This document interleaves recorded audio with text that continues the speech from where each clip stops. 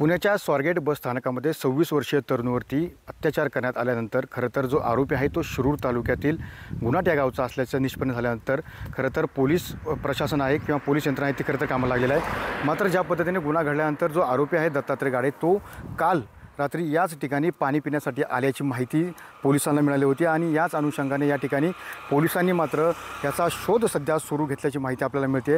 सध्या पोलीस आणि मोठा फौजफाटा टीम या ठिकाणी खरं तर तैनात केलेली आहे। गुन्हाट गावापासून जवळ असलेल्या 2 किलोमीटरवरती ज्या पद्धतीने दत्तात्रय गाडे हा जो आहे तो कुठेतरी ऊसामध्ये लपून बसल्याची माहिती सध्या पोलिसांना मिळाली आहे आणि याच अनुषंगाने आज सकाळपासून त्याचा जो शोध आहे तो मात्र या ठिकाणी ड्रोनद्वारे घेताना आपल्याला या ठिकाणी पाहायला मिळते। सकाळपासून टीम या ठिकाणी आहे।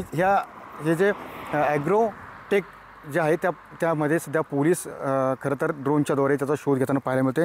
ड्रोन उडवला जाते, ड्रोन ऊसामध्ये नेऊन स्थानिक नागरिक असतील किंवा पोलीस प्रशासन असेल यांच्यामार्फत सध्या दत्तात्रय गाडे याचा शोध या ठिकाणी सुरू आहे आणि याचंच दत्तात्रय गाडे हा शिरूरमध्येच असल्याची माहिती सध्या पोलिसांना मिळत असल्याने या ठिकाणी शोध यंत्रणा सध्या तपास यंत्रणा सध्या कामाला लागलेली आपल्याला पाहायला मिळते। कॅमेरामॅन स्मितसह मी सुनील टीव्ही 9 मराठी शिरूर पुणे।